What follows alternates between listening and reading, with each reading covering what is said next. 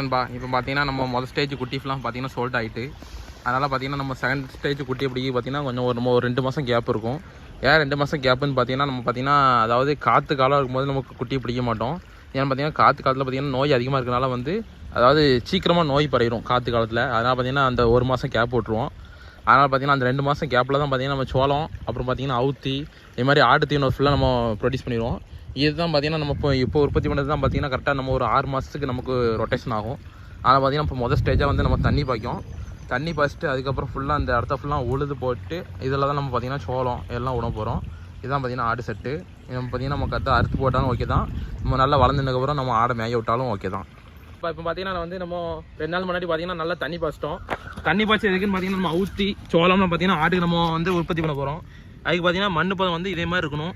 இதே மாதிரி இருந்து பார்த்தீங்கன்னா நம்ம பெரிய கலப்பு போடலாம். பெரிய கலப்புனா என்ன கலப்புன்னு பார்த்தீங்கன்னா வாங்க இந்த 5 கலப்பு தான். நல்ல மண்ணை ஆழமாக நல்லா கீச்சு விடும். இந்த கீச்சு விடுறதுனால பார்த்தீங்கன்னா நம்ம போடுற வரப்புலாம் பார்த்தீங்கன்னா நல்ல மண்ணுக்கு சேர்ந்து நல்லா அவுத்தியாலும் சரி சோளம்லாம் சரி நல்லா வளர்ந்து நமக்கு லைஃப் லாங் நமக்கு தரும்.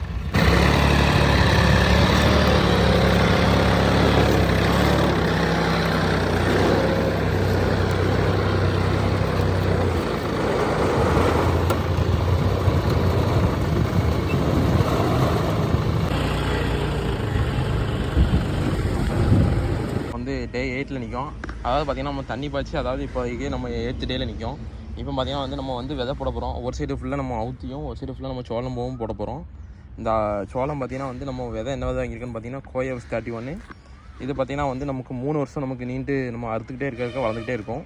இன்னொரு சைடு ஃபுல்லாக அவுத்தி இதுதான் நம்ம போட போகிறோம். இதுதான் பார்த்திங்கன்னா சோள விதை. இது பார்த்திங்கன்னா 3 வருஷத்துக்கு அறுக்க வளர்ந்துக்கிட்டே இருக்கும். இது என்ன பிராண்டுன்னு பார்த்தீங்கன்னா கோயஸ் 31. இது பார்த்திங்கன்னா நம்ம நெல்லையில் உள்ள நம்ம உரக்கடையில் தான் வாங்கியிருந்தோம்.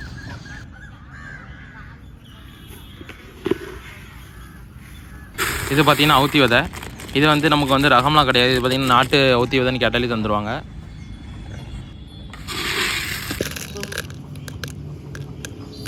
நம்ம பார்த்திங்கன்னா அவுத்தி விதையில் மட்டும் நம்ம எறும்புடி சேர்க்க போகிறோம். எறும்புடி எதுக்கு சேர்க்கன்னு பார்த்தீங்கன்னா அதாவது நம்ம மண்ணில் போடும் போதே பார்த்திங்கன்னா எறும்பு அது காக்கா எதுனாலுமே பிறக்கிட்டு போயிடும். அதனால் பார்த்திங்கன்னா நம்ம எறும்பு பொடி போடுறோம். எறும்பொடி போட்டு நல்லா போடுறதுனால பார்த்திங்கன்னா விதை கொஞ்சம் தழுத்து வர்றது வரைக்கும் நமக்கு ஒன்றும் செய்யாது. நம்ம எறும்பு பொடி போடலாம் பார்த்திங்கன்னா மண்ணுக்குள்ளே வச்சு கட்டெரும்பு எறும்புலாம் தூக்கிட்டு போயிடும். அதனால் பார்த்திங்கன்னா எறும்புடி போட்டால் தான் நல்லது. இப்போ எறும்புடி போட்டு பார்த்திங்கன்னா நல்லா நம்ம விரைவிக்கலாம். நல்லா வரணும் தான் எல்லா விதைக்குள்ளையும் நல்லா எறும்பு பொடி சேரும். இப்போ பார்த்திங்கன்னா வயலில் நம்ம 2ஆக பிரிச்சுக்கிட்டோம். நம்ம லெஃப்ட் சைடு பார்த்திங்கன்னா நம்ம சோளம் போட போகிறோம். ரைட் சைடு பார்த்திங்கன்னா அவுத்தி போட போகிறோம். நம்ம ஒரு அடுக்காக ஃபார்மெட்டாக போட்டால் தான் பார்த்திங்கன்னா நம்ம விதை நல்லா வளரும். நம்ம பார்த்திங்கன்னா இப்போ ரைட் சைடில் அவுத்தி விதை பார்க்க போகிறோம். சில பேர் பார்த்திங்கன்னா நம்ம பாத்தி பிடிச்சி ஊணுவாங்க. நம்ம பார்த்திங்கன்னா நெல் விதைக்கிற மாதிரி நம்ம தூவி விட்டுருவோம். நம்ம விதையை ஃபுல்லாக போட்டு முடிச்சிட்டோம். இது பார்த்திங்கன்னா கரெக்டாக ஒரு 3 வரப்பாடு இருக்கும். 3 வரப்பாடு தகுந்தபடி அந்த சைடு பாதி அவுத்தியும் பாதி இந்த சைடு சோளம் போட்டோம். இப்போ பார்த்திங்கன்னா தண்ணி போட்டு ஃபுல்லாக தண்ணி விட்டாச்சு. இந்த தண்ணி விட்ட பிறகு பார்த்திங்கன்னா ஒரு 2-3 நாள் நம்ம தளர் விடும். ஆனால் இப்போ என்னாச்சுன்னு பார்த்திங்கன்னா நம்ம கரெக்டாக நம்ம நாற்று பாவி எல்லாமே எல்லா ப்ரொசீஜர் முடிச்சு பார்த்திங்கன்னா 12 நாள் ஆக போகுது. இப்போ பார்த்திங்கன்னா நம்ம லைட்டாக எல்லாமே தளர் விட்டுனாலும் இப்போ என்னென்னு பார்த்திங்கன்னா நம்ம அடிவரம் போடுறோம். நம்ம அடிவரம் என்ன இருக்குதுன்னு பார்த்திங்கன்னா நம்ம யூரியாவும் வேப்ப முன்னாக்கு பொட்டாசு இது 3த்தையும் மிக்ஸ் பண்ணி எடுத்துருக்கோம். நம்ம குருணைக்கு 1 கிலோ போட்டால் போதும். நம்ம ஒரு 5 கிலோ தான் எக்ஸ்ட்ராவே எடுத்துருக்கோம். இப்போ பார்த்திங்கன்னா அந்த அடிவரம் கொடுத்தா தான் கண்டிப்பாக கப்புன்னு முளைச்சி எல்லாம் வரும்.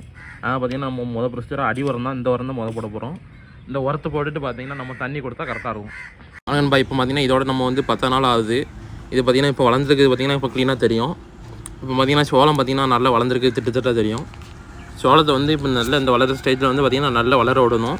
நல்லா அடி பறுக்கிற வரைக்கும் அதாவது அந்த கட்டை மாதிரி காலில் குத்தும். அந்த கட்டை நல்லா வளர்கிற வரைக்கும் நம்ம சோளத்தை அறுக்கக்கூடாது. அப்போனா நமக்கு அறுக்க தந்துக்கிட்டே இருக்கும். சில இளம் சோளமாக அறுத்துட்டோம்னு பார்த்திங்கன்னா நமக்கு அது தராது, திருப்பி அழிஞ்சு போயிடும். இது பார்த்திங்கன்னா அவுத்தி பார்த்திங்கன்னா லைட்டாக தளர் விட்டே தான் இருக்கும். அவுத்தி வளர்றது தான் கஷ்டம். வளர்ந்ததுக்கப்புறம் பார்த்திங்கன்னா மலை வளர்ந்துக்கிட்டே தான் இருக்கும். பார்த்திங்கன்னா அவுத்தியுமே நமக்கு தளர் விட்டுட்டு இதுக்கப்புறம் பார்த்திங்கன்னா ஒன்றும் பிரச்சனை கிடையாது. நம்ம தண்ணி மட்டும் விட்டுக்கிட்டே இருந்தால் போதும். அது பாட்டில் கப்புறம் வளர்ந்துடும். ஆடு மாடு எதுவுமே மேய விட்டுறக்கூடாது. ஓகே, நம்ம கம்மியான இடத்துல எப்படி ஆட்டுக்கு தேவையான 6 மாதத்துக்கு உணவு ரெடி பண்ணி சொல்லிட்டு பார்த்துட்டிங்கன்னா அவ்வளோதான் இந்த வீடியோ.